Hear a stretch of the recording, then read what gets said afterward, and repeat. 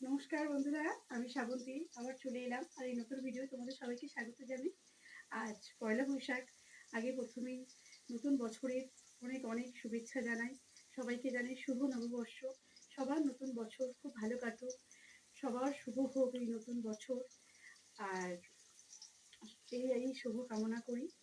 আর বড়দের আমার প্রণাম জানাই, ছোটদের আমার বুক ভরা ভালোবাসা জানাই নতুন বছরের। আর আমার যারা সমবয়সী আছো তাদের অনেক অনেক শুভেচ্ছা, অভিনন্দন। তা আজ অনেকটা দেরি হয়ে গেছে, এই রান্না হচ্ছে।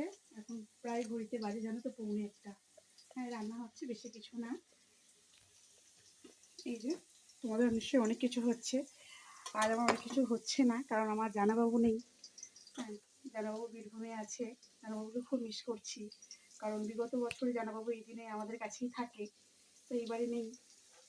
এখানে বেগুন ভাজা, কুমড়ো ভাজা, আলু ভাজা আর চাটনি হচ্ছে। আর চিকেন হবে, এখনো হয়নি।